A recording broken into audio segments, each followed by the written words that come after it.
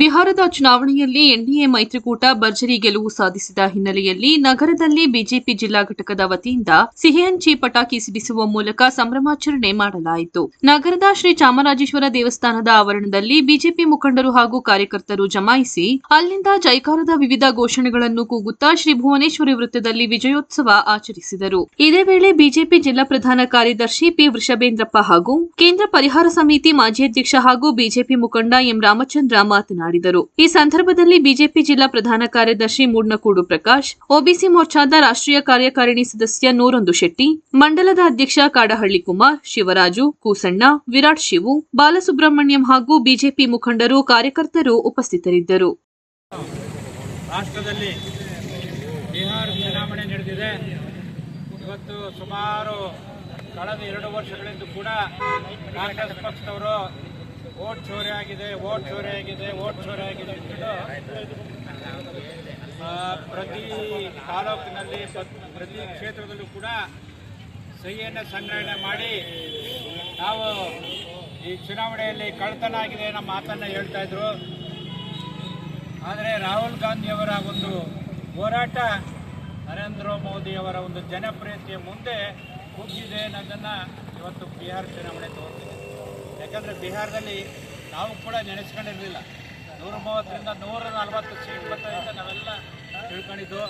ಆದರೆ ಬಿಹಾರದ ಜನತೆ ಇವತ್ತು ನರೇಂದ್ರ ಮೋದಿಯವರ ಅಧಿಕಾರವನ್ನು, ನರೇಂದ್ರ ಮೋದಿಯವರ ಆಡಳಿತವನ್ನು, ಇಡೀ ದೇಶಕ್ಕೆ ಬೆಂಬಲವನ್ನು ಕೊಟ್ಟಿರ್ತಕ್ಕಂಥದ್ದು ನಿಜಕ್ಕೂ ಒಂದು ಹೆಮ್ಮೆಯ ವಿಚಾರ. ಆ ಒಂದು ಬಿಹಾರದ ಜನತೆಗೆ ನಾವೆಲ್ಲ ಚಾಮರಾಜನಗರ ಜಿಲ್ಲೆಯ ಭಾರತೀಯ ಜನತಾ ಪಾರ್ಟಿ ವತಿಯಿಂದ ಹೃತ್ಪೂರ್ವಕವಾದಂಥ ಧನ್ಯವಾದಗಳನ್ನು, ಅಭಿನಂದನೆಗಳನ್ನು ಈ ಮೂಲಕ ಸಲ್ಲಿಸ್ತಾ ಇದ್ದೀವಿ.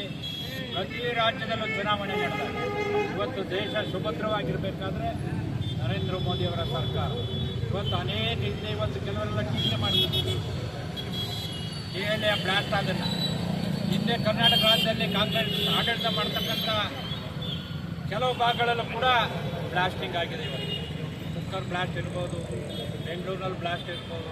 ಇದಕ್ಕೆ ಯಾರನ್ನ ಹೊಣೆ ಮಾಡ್ತಾರೆ? ಯಾವುದಾದ್ರೂ ಒಂದು ಹೊಣೆಯನ್ನು ಮಾಡಬೇಕಾದ್ರೆ ಕೇಂದ್ರ ಸರ್ಕಾರವನ್ನು ಹೊಣೆ ಮಾಡ್ತಾರೆ. ಇದು ನಿಜಕ್ಕೂ ಕೂಡ ಖಂಡನೀಯ. ಯಾರೇ ತಪ್ಪು ಮಾಡಿದರೂ ಕೂಡ ಅದನ್ನು ಖಂಡಿಸುವಂಥ ಕೆಲಸವನ್ನು ನಾವೆಲ್ಲ ಸಾರ್ವಜನಿಕರು ಮಾಡಬೇಕು.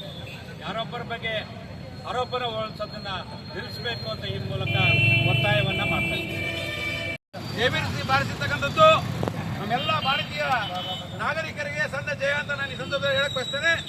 ಹಾಗೆ ಏನು ವೋಟ್ ಚೋರಿ ಅಂತ ಕಾಂಗ್ರೆಸ್ನವರು ಹೇಳ್ತಾ ಇದ್ರು, ಅದಕ್ಕೆ ತಕ್ಕ ಒಂದು ಉತ್ತರವನ್ನ ಭಾರತೀಯ ಜನತಾ ಪಕ್ಷದ ಬಿಹಾರದ ಮಹಾಜನತೆ ನೀಡಿರ್ತಕ್ಕಂಥದ್ದು ಈಗಲಾದರೂ ಕೂಡ ಕಾಂಗ್ರೆಸ್ನವರಿಗೆ ಮನದಟ್ಟಾಗುತ್ತೆ ಅಂತ ನಾನು ಈ ಸಂದರ್ಭದಲ್ಲಿ ಹೇಳಕ್ ಬಯಸ್ತೇನೆ. NDA ನೇತೃತ್ವ ಹಾಗೂ ಭಾರತೀಯ ಜನತಾ ಪಕ್ಷದ ಕಾರ್ಯಕರ್ತರ ಈ ಒಂದು ಗೆಲುವು ಭಾರತ ದೇಶದ ಒಂದು ಸಾರ್ವಭೌಮತ್ವವನ್ನು ಎತ್ತಿ ತೋರಿಸ್ತದೆ ಅಂತ ಈ ಸಂದರ್ಭದಲ್ಲಿ ನಾನು ಹೇಳಕ್ ಬಯಸ್ತಾ ಎಲ್ಲ ನನ್ನ ಬಿಹಾರ ಜನತೆಗೆ ಹಾಗೂ ಈ ದೇಶದ ಜನತೆಗೆ ನಾನು ಮತ್ತೊಮ್ಮೆ ಅಭಿನಂದನೆಗಳನ್ನು ಸಲ್ಲಿಸ್ತಾ ಈ ಒಂದು ವಿಜಯೋತ್ಸವವನ್ನು ನಾವು ಈ ಭಾರತೀಯ ಜನತಾ ಪಕ್ಷ ಚಾಮರಾಜನಗರ ಜಿಲ್ಲಾ ವತಿಯಿಂದ ಹಮ್ಮಿಕೊಂಡು ಯಶಸ್ವಿಯಾಗಿ ನಡೆಸಿಕೊಂಡ ತಮ್ಮ ಎಲ್ಲ ಕಾರ್ಯಕರ್ತ ಬಂಧುಗೆ ಕೃತಜ್ಞತೆಯನ್ನು ಸಲ್ಲಿಸ್ತಾ ಕುರಿತು ರಾಮಚಂದ್ರ ಅವರು ಮಾತಾಡಬೇಕಂತ ಕೇಳ್ಕೊತೇನೆ.